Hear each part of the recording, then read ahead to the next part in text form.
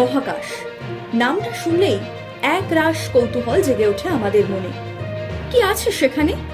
সত্যিই কি সেখানে মাধ্যাকর্ষণ শক্তি থাকে না বলে সবকিছু ভেসে বেড়ায়? এই সব প্রশ্নের উত্তর পেতে গেলে আমাদের তাহলে এখন পাড়ি দিতে হয় মহাকাশে। কিন্তু মহাকাশে যাওয়া তো আর কম ঝক্কির কথা নয়। তবে শেষ পর্যন্ত এই সব ঝক্কি অর্থাৎ যাবতীয় যান্ত্রিক গোলযোগ কাটিয়ে অবশেষে তৃতীয়বারের জন্য মহাকাশে পাড়ি দিলেন ভারতীয় বংশোদ্ভূত মহাকাশচারী সুনিতা উইলিয়ামস।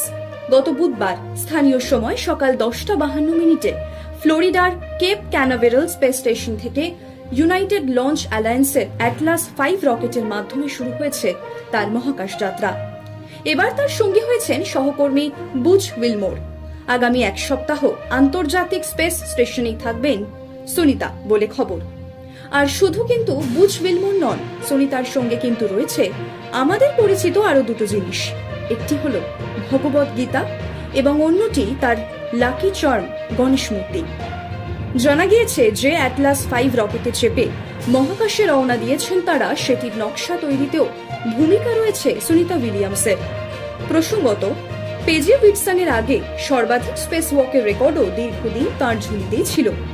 এবার ভারতের গর্ব সেই সুনিতা উইলিয়ামস আরও একবার বেরিয়ে পড়লেন রহস্যে ঘেরা মহাকাশের উদ্দেশ্যে।